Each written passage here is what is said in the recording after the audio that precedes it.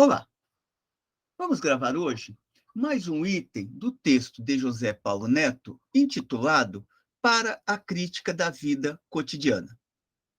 Desta vez, vamos tratar um pouco do item A Postura Teórico-Metodológica. Enquanto que no primeiro item de Para a Crítica da Vida Cotidiana, Neto se volta para as determinações fundamentais da cotidianidade. No item que vamos analisar aqui, ele direciona a sua atenção para a postura metodológica a ser adotada caso se queira compreender a realidade social.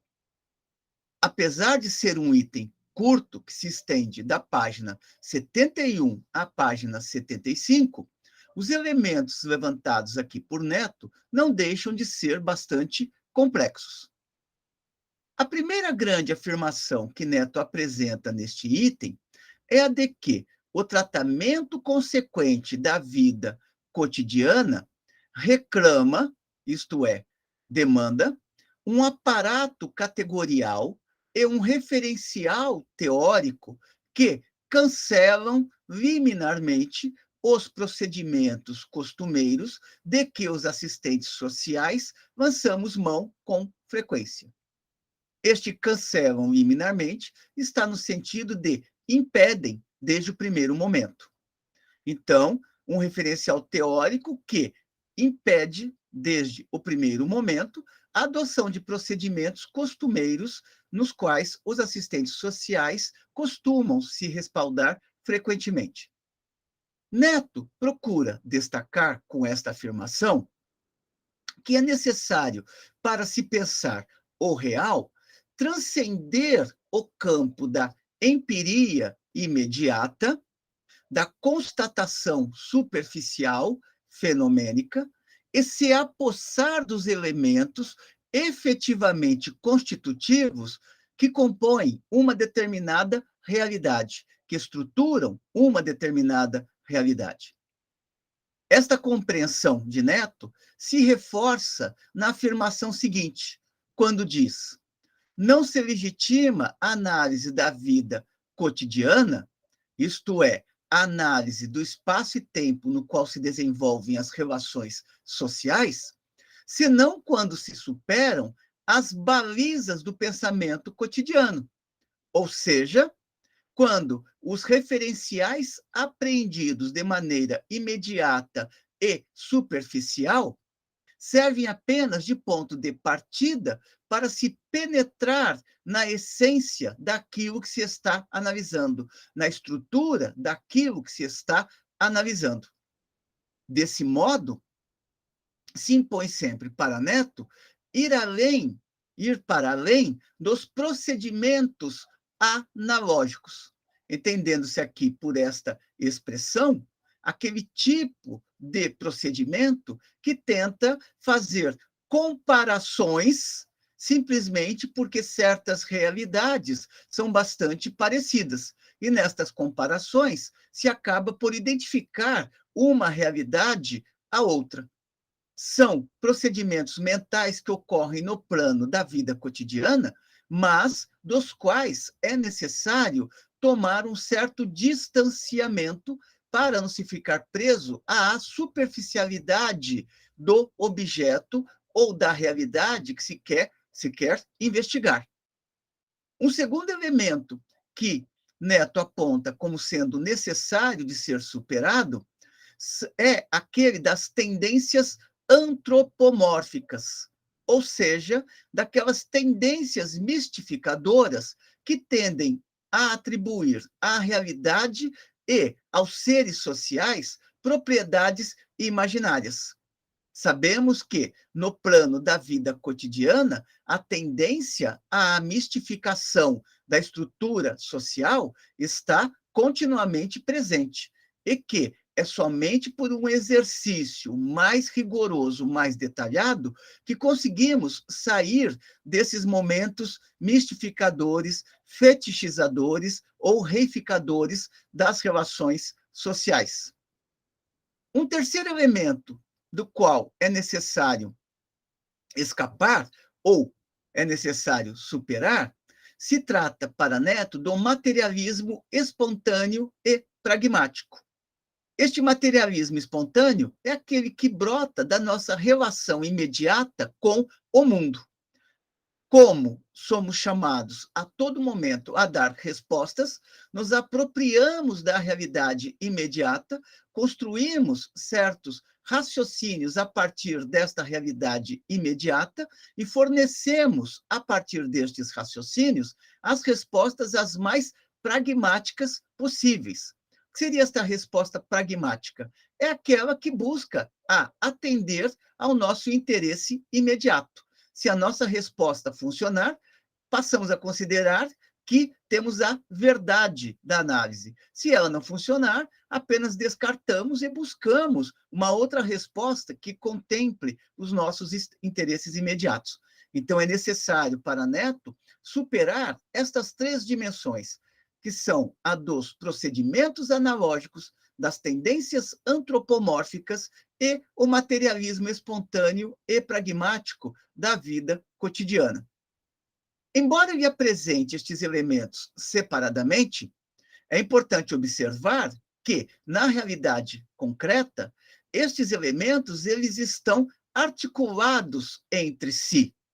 Eles formam ou modelam as representações que temos da realidade.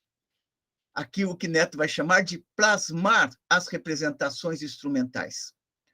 Em relação a esta articulação destes vários elementos, Neto observa que estes elementos se articulam de modo a plasmar, ou seja, formar ou modelar, representações puramente instrumentais de interação do indivíduo com o mundo, seja ele natural ou social. Não se trata apenas, vai dizer Neto, da infirmação, ou seja, da invalidação das noções e representações gestadas no quadro da cotidianidade, das quais o preconceito é a figura mais típica. É importante observar que não se trata apenas da negação. Por quê? Porque, se de um lado estes elementos não nos fornecem a possibilidade de compreender a estrutura do que se está analisando, por outro lado, não tem como escapar de um ponto de partida empírico para começar a análise. Mas o problema desta análise mais imediata é que ela tende a nos fornecer muito mais elementos para a constituição de um pensamento preconceituoso do que de um pensamento que desvende o que esta realidade é. Ao retomar aqui a categoria do preconceito, ou seja, daquelas noções formadas no plano da vida cotidiana sem o devido rigor, Neto está recorrendo seguramente ao texto de Agnes Heller, que está presente no livro O Cotidiano e a História, ou seja, o capítulo onde Heller está analisando especificamente a questão do preconceito. Portanto, continuando, nem muito menos, vai dizer Neto, de se afastar da ineficaz, da inepta apologia do saber prático de segmentos da população. E, nesse caso, se está diante de um grosseiro viés. Ora, é lógico que o pensamento da vida cotidiana ele vai produzir nos indivíduos uma determinada forma de pensamento. Mas não se trata também de negar totalmente esta apreensão imediata que existe no plano da vida cotidiana, e sim de reconhecer que esta apreensão imediata, que é aquela forma de pensar, em geral, do senso comum, aquela forma de pensar que embasa o senso comum, ela é, por outro lado, inepta para apreender o que é efetivamente a estrutura da vida social. Não é porque uma determinada ideia tem popularidade que esta ideia necessariamente está apreendendo a realidade tal como a realidade é aproximativamente. Neste sentido, do que se trata, dirá Neto, o que está em causa é o largo espectro de posturas positivistas e neopositivistas fundamentadas na recepção da objetividade imediata dos processos e fenômenos sociais como sendo a sua realidade estrutural. Antes de avançarmos um pouco a respeito do positivismo e neopositivismo, vamos traduzir um pouco em miúdos esta passagem de Neto.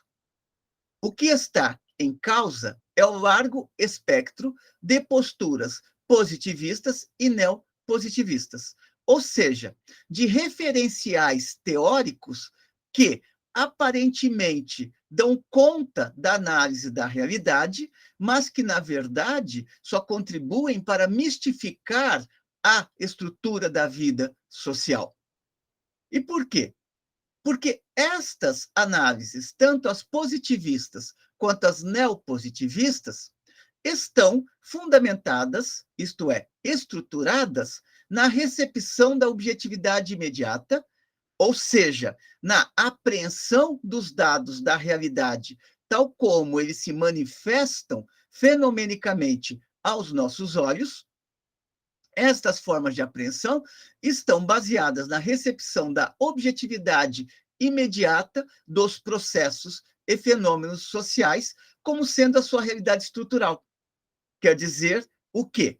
Que esta forma de pensar positivista e neopositivista toma o fenômeno pela essência e não adota a postura contrária, que é de partir do fenômeno para compreender a essência.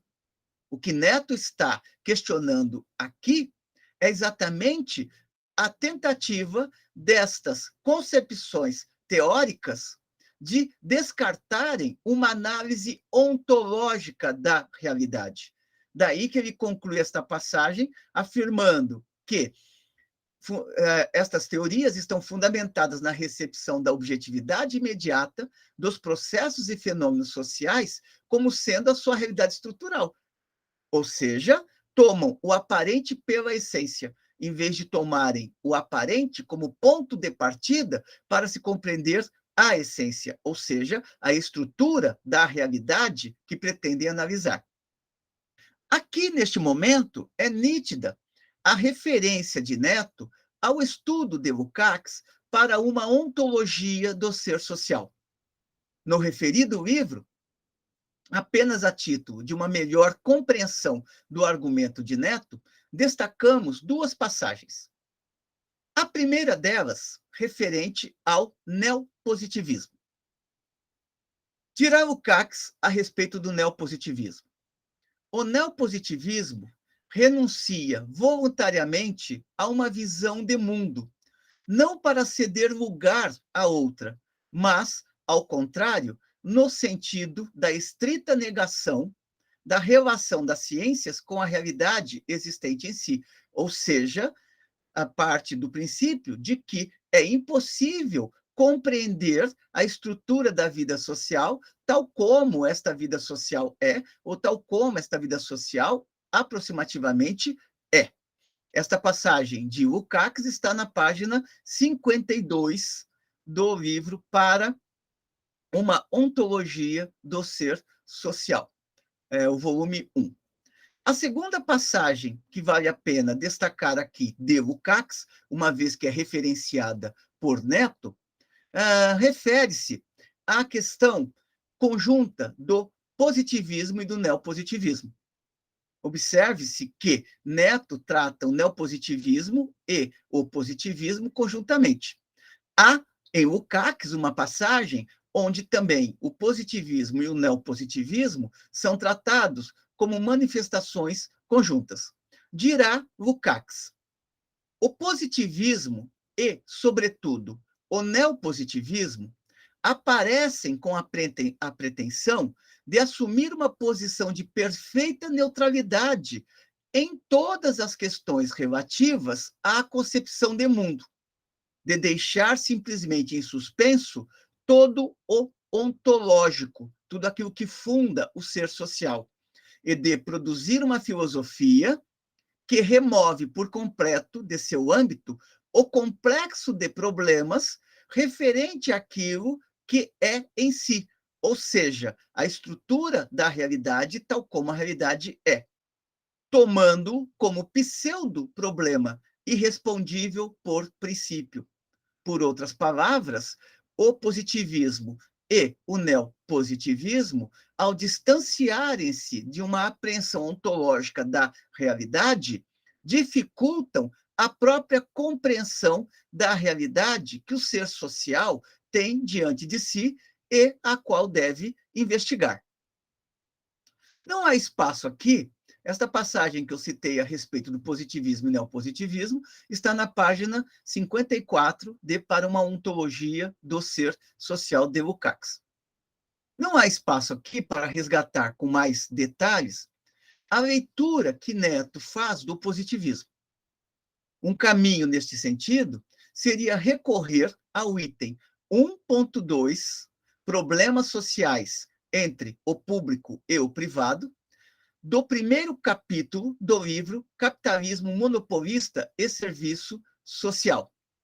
Capítulo este que tem por título geral As Condições Histórico-Sociais da Emergência do Serviço Social. Neste referido item, Neto vai dispensar 4, 5 páginas para estabelecer a sua compreensão a respeito do positivismo e, em particular, do positivismo durkheimiano. Fica aqui como sugestão. Essas posturas teóricas, mesmo para Neto, estas posturas teóricas, mesmo quando veladas, ou seja, encobertas por sofisticações formalistas, não rompem com a faticidade empírica em que se dá a imediaticidade da vida cotidiana. Mais uma vez, um momento aqui de tradução da linguagem de Neto. Estas posturas teóricas, mesmo quando encobertas por sofisticações formalistas. O que seriam essas sofisticações formalistas? Seria você dar uma prioridade ao método, você dar uma prioridade à teoria do conhecimento, ou então até mesmo você construir toda uma linguagem intrincada, rebuscada, bastante hermética para explicar a realidade. Geralmente, uma tendência que existe no pensamento pós-68 foi a de você trocar a linguagem mais clara por uma linguagem muito mais hermética, de tal modo a esconder certos vazios da própria forma de pensamento. Então, mesmo quando veladas por sofisticações formalistas, não rompem com a faticidade empírica. O que é a faticidade empírica? É o reconhecimento de que o real existe e que aquilo que existe possui uma estrutura que pode ser devidamente compreendida. Não rompem com a faticidade empírica em que se dá a imediaticidade da vida cotidiana, ou seja, a nossa apreensão mais superficial no plano da vida cotidiana. Por outras palavras, mesmo que estas formulações teóricas positivistas e não positivistas, elas tentem mascarar o que é a realidade, elas não conseguem eliminar o fato de que a realidade existe e que, portanto, o problema é de entender como é que esta realidade existe no plano real e não apenas no plano do pensamento ou no plano da imaginação. Em que as posturas positivistas e neopositivistas representam um obstáculo para se compreender a realidade concreta? Neto avança com a seguinte resposta: o tratamento positivista e neopositivista da cotidianidade consagra sua imediaticidade, ou seja, o empírico imediato, fenomênico, como instância da verificabilidade e controle das formulações abstratas, quando não reduz a prova destas a equações semânticas, a campos discursivos, identificando na objetividade dada imediatamente aquilo que Karel Kozik chama por o mundo da pseudoconcreticidade, a concreção da realidade. Mais uma vez, momento de tradução da linguagem de Neto. O tratamento positivista e neopositivista da cotidianidade, portanto, do espaço e tempo no qual os homens vivem, consagra a sua imediaticidade, ou seja, se prende ao fenomênico. E se prende ao fenomênico como instância de verificabilidade e controle das formulações abstratas. Por outras palavras, toma o imediato pelo concreto, toma o imediato por aquilo que a realidade é, quando, na verdade, o imediato é apenas uma manifestação mais geral da realidade. E identifica na objetividade, ou seja, nesta manifestação empírica imediata, identificando na objetividade dada imediatamente, nesta pseudoconcreticidade, ou seja, neste real que é aprendido no campo da imediaticidade, mas que se esconde, tá certo? Que esconde uma determinada essência, portanto, esconde uma determinada estrutura, identifica na objetividade dada imediatamente a concreção da realidade, ou seja, a manifestação efetiva da realidade. Por outras palavras, toma o aparente por essência e, ao fazer isso, deixa de investigar a essência, a estrutura daquilo que está sendo analisado. Não é por artifícios lógicos produzidos no plano do pensamento que efetivamente se pode decodificar o cotidiano. Ou seja, não é apenas por obra do pensamento puro ou de ideias que os indivíduos tentem validar, independente da realidade existente, que se pode compreender o que é a vida cotidiana. Muito menos se compreende a vida cotidiana, como fazem certas análises sociológicas e antropológicas, operando exclusivamente no nível descritivo monográfico, ou seja, apenas fazendo relatos, o que não produz nada além do que abordagens que se atêm ao que há de mais perfunctório, portanto, superficial, de pouca utilidade na cotidianidade. Aqui Neto está fazendo uma crítica, um questionamento a vários estudos, como aqueles de caso, que geralmente descrevem uma determinada realidade com a crença de que estão explicando aquela realidade. Apresentam dados, estatísticas, informações, mas não ligam estas informações ao complexo da vida social e muito menos ao complexo constitutivo daquela própria parte da realidade.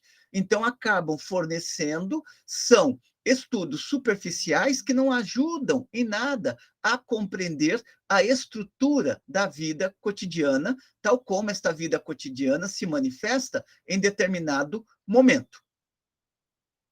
Estas análises, em geral, caem no terreno do reducionismo, diz Neto, ou seja, do esquematismo grosseiro, e com isso, estas análises diluem, suprimem todas as determinações estruturais e ontológicas da vida cotidiana, ou seja, todas as mediações que constituem um determinado momento da vida cotidiana.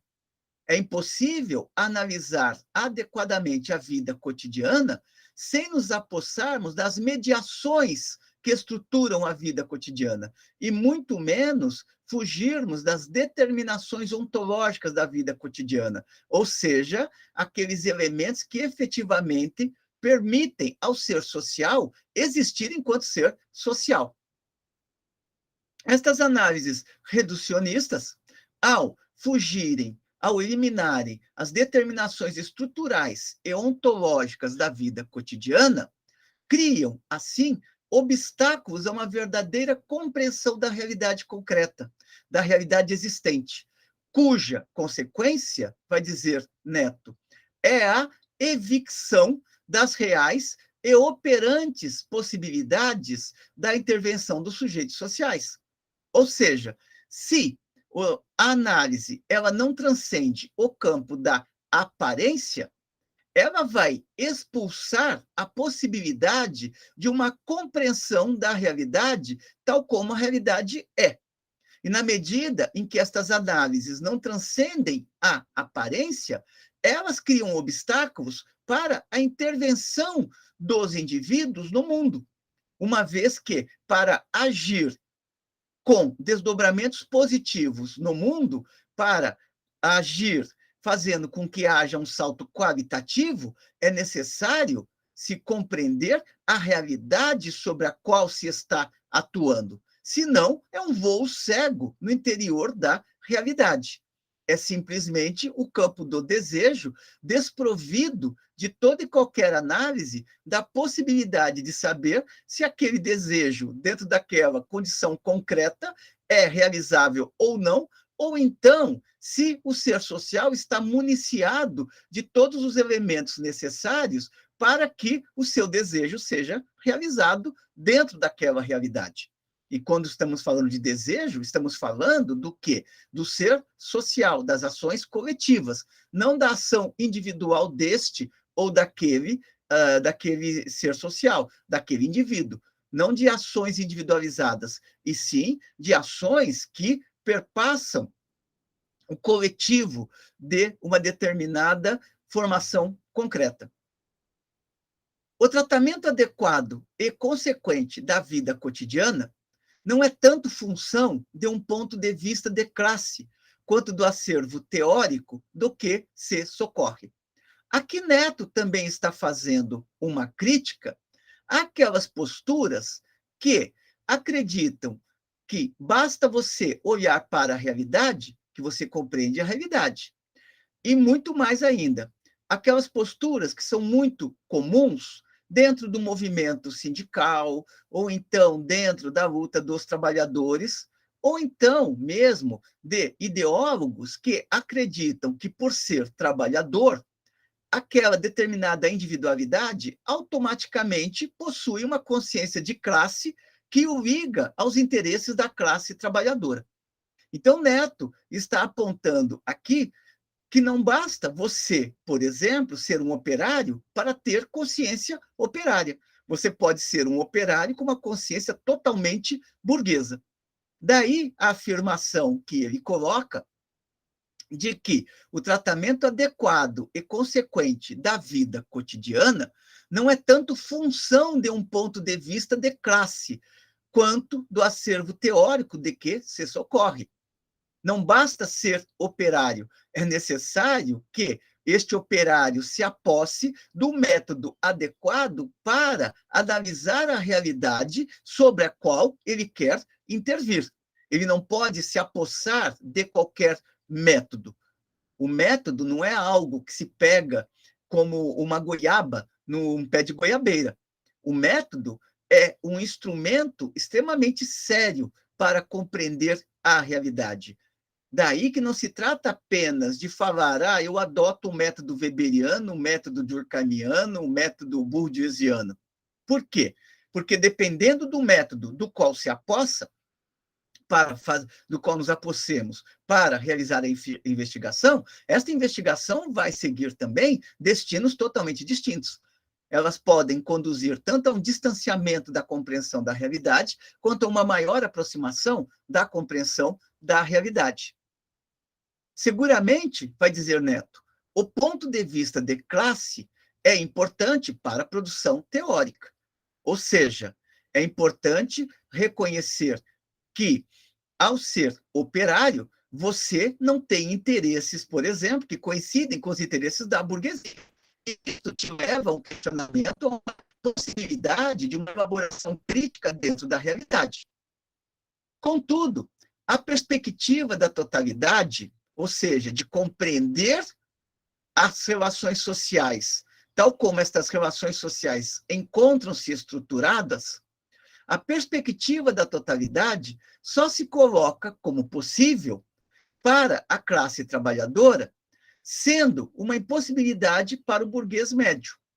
Aqui, Neto está fazendo uma outra referência, ou seja, é importante, não basta ser operário para ter consciência crítica, mas, desde que se tenha esta consciência crítica, há um método do qual se deve apossar para compreender esta realidade, não na sua superficialidade, e sim na sua essência, na sua estrutura.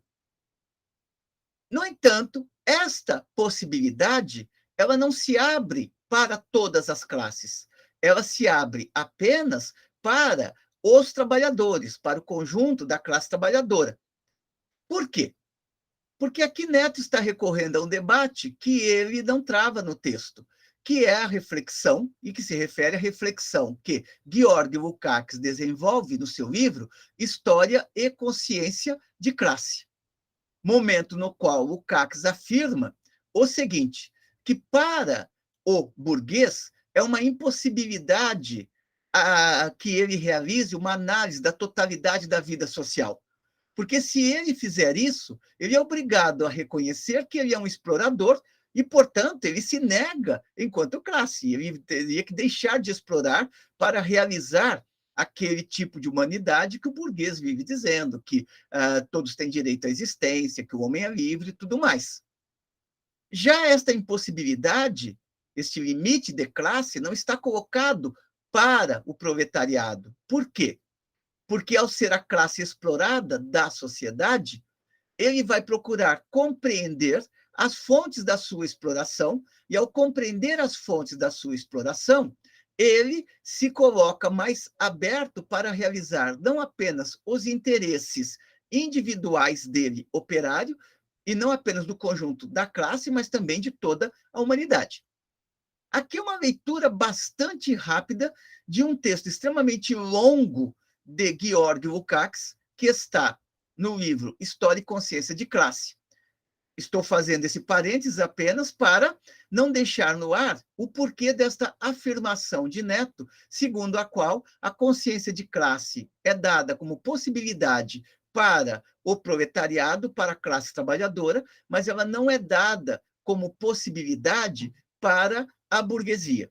Lembrando que a única consciência de classe que a burguesia pode ter é uma consciência de classe restrita, aquela que se limita à própria classe, enquanto que no proletariado esta consciência de classe pressupõe a luta pela própria superação da sociedade de classes.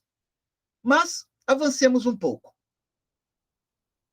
Este ponto de vista cai no vazio se não for acompanhado do devido referencial teórico para se aprender a realidade, o objeto a ser investigado. Ou seja, este ponto de vista proletário, vamos dizer assim, ou aquele ponto de vista do qual se apossa o trabalhador, ele cai no vazio se este trabalhador que está procurando compreender a realidade não se apossar do método adequado para aprender a realidade.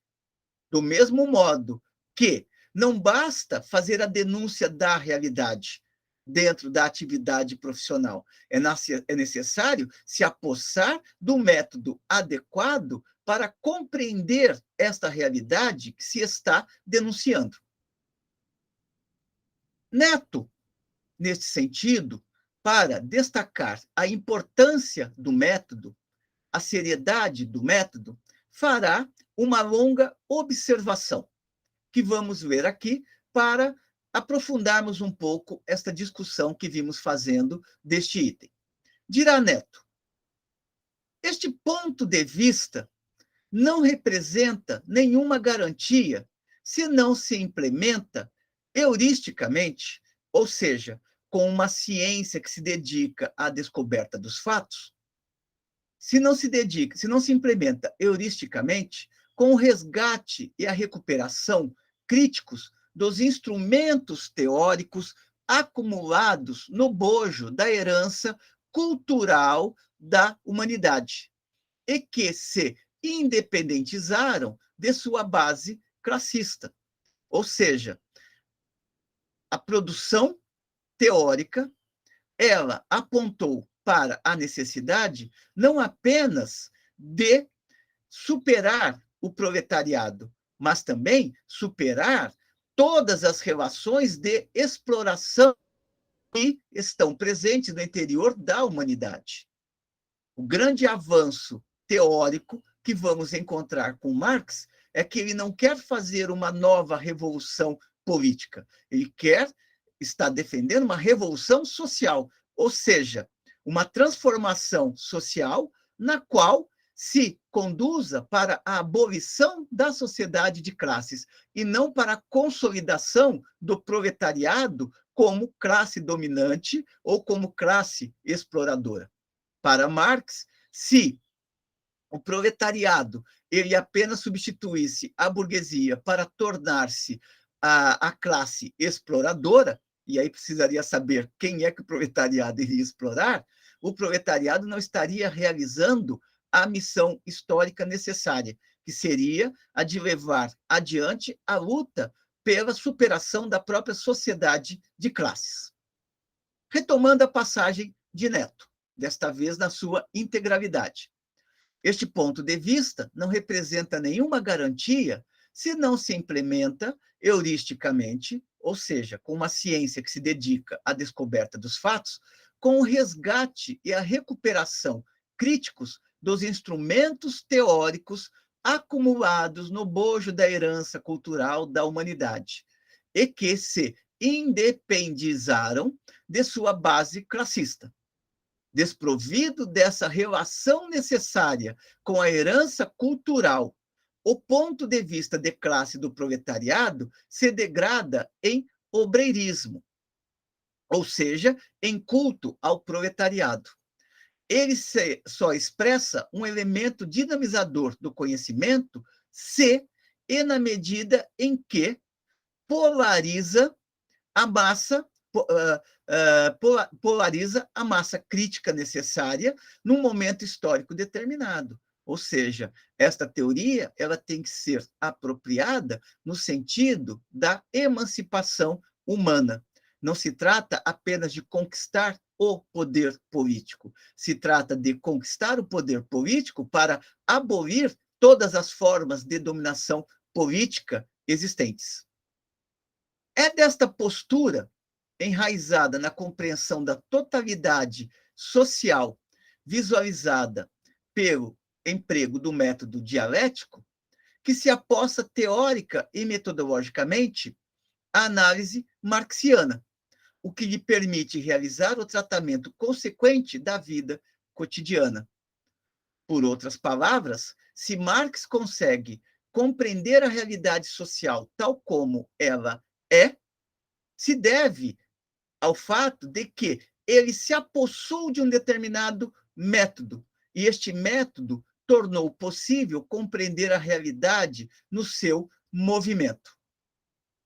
Ao valer-se da dialética em bases materialistas, contrapondo-se à dialética idealista de Hegel, Marx apresentou pela primeira vez, vai dizer Neto, a construção de uma imagem rigorosa do homem como ser prático e social, produzindo-se a si mesmo através de suas objetivações, ou seja, através de suas exteriorizações no mundo, através do seu agir no mundo.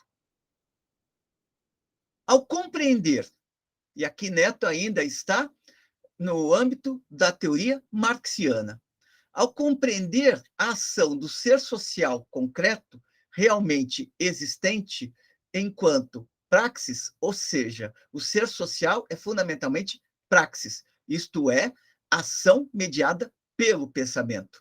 Mas não apenas uma ação mediada pelo pensamento, uma ação mediada pelo pensamento capaz de produzir transformações no mundo objetivo que este ser encontra diante de si, e transformações estas que vão transformar o próprio ser que está em ação. Ao compreender a ação do ser social concreto, aquele ser realmente existente, enquanto praxis, enquanto ação mediada pelo pensamento, Marx trouxe à tona aquilo que constitui a protoforma, a forma primeira do ser social, ou seja, o trabalho. Neto não cita especificamente, não vai fazer especificamente uma análise a respeito da importância do trabalho no interior da teoria marxiana. Ele apenas cita de passagem a questão do trabalho. Mas é sempre importante observar que, para a teoria marxiana, é o trabalho que vai permitir a mediação do ser social com as condições objetivas e também a relação do homem com os outros homens. Ainda que o trabalho não seja a categoria única que envolve esta praxis, ele, no entanto, o trabalho, ocupa o lugar do pensamento de Marx, né? Ocupa o lugar de elemento fundante da existência e transformação do ser social, elemento fundante da transformação dos homens determinados, vivendo em condições socialmente determinadas e produzindo e reproduzindo a sua existência de modo determinado. Avançando na reflexão de Neto, ele vai observar que é por meio da atividade trabalho que se pode aprender o ser social, organizando as suas relações com os outros homens e com a natureza, conforme o nível de desenvolvimento dos meios pelos quais se mantém e reproduz enquanto homem. Portanto, o trabalho é uma categoria fundante na teoria marxiana. Ou, como dirá Lukács, o trabalho é a protoforma, a forma primeira do ser social. Neto observa que há aqui uma antropologia, isto é, o homem real como ponto de partida através da atividade trabalho. Porém, uma antropologia de caráter ontológico, uma vez que o ser existente não é uma abstração, não é uma generalidade, e sim um ser concreto, historicamente determinado. E é esta ontologia, cujo ponto de partida é a compreensão efetiva das relações dos homens concretos com a natureza concreta, que constitui a matéria da história, ou seja, a base a partir da qual se pode compreender o próprio mundo dos homens.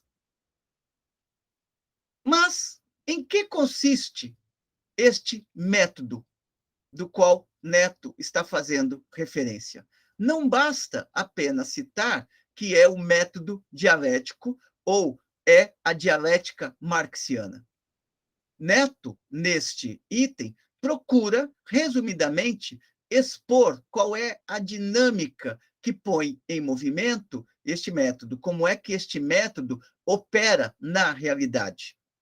Ele vai dizer, vai resumir da seguinte maneira: o método não é um componente alienável da teoria, ou seja, não há teoria de um lado e um método qualquer de outro. Teoria e método estão unidos. Ele não se forja também independentemente do objeto que se pesquisa.